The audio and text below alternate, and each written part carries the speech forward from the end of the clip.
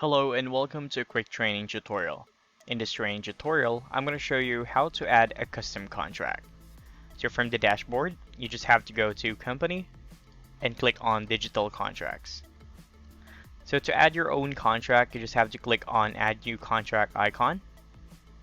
Then first what you need to do is to add the title. Let's say, let me use an example, $99 credit audit. And $60 monthly fee.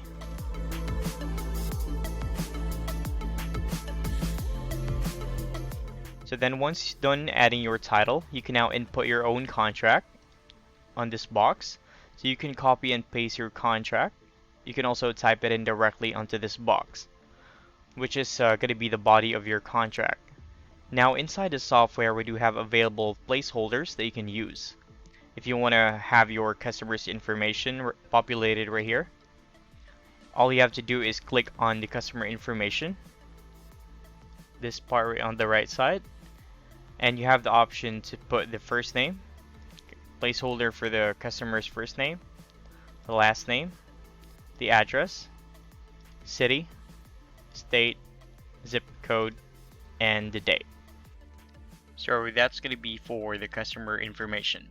Then if you wanted to put or add your company information, all you have to do is go to the company information placeholders, and then you can add your company logo, the company name, the company address, company phone, company fax, email, and the website. Now these are all placeholders that's going to be automatically populated inside the software as soon as you send this specific contract. So once done creating your contract or placing the whole details of your contract on this box, you can now add a redirect URL here at the bottom. So what is a redirect URL? It's when you want your clients to be redirected somewhere, like a payment authorization form screen or a certain page into your website right after they sign the contract agreement. You could also watch the training videos for the redirect URL for more details and also a guide in case you'll get lost into navigation. So it's also important to read on the note that is stated here, the one that is highlighted in red for the redirect URL instruction. Once done, don't forget to hit save at the bottom part.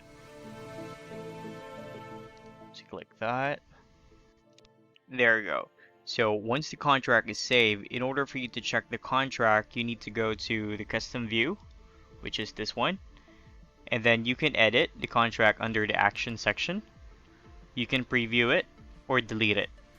Now this custom contract is already available for you to use. So if you go to the customer screen and try to send an email for the contract agreement, you would already be able to use this contract.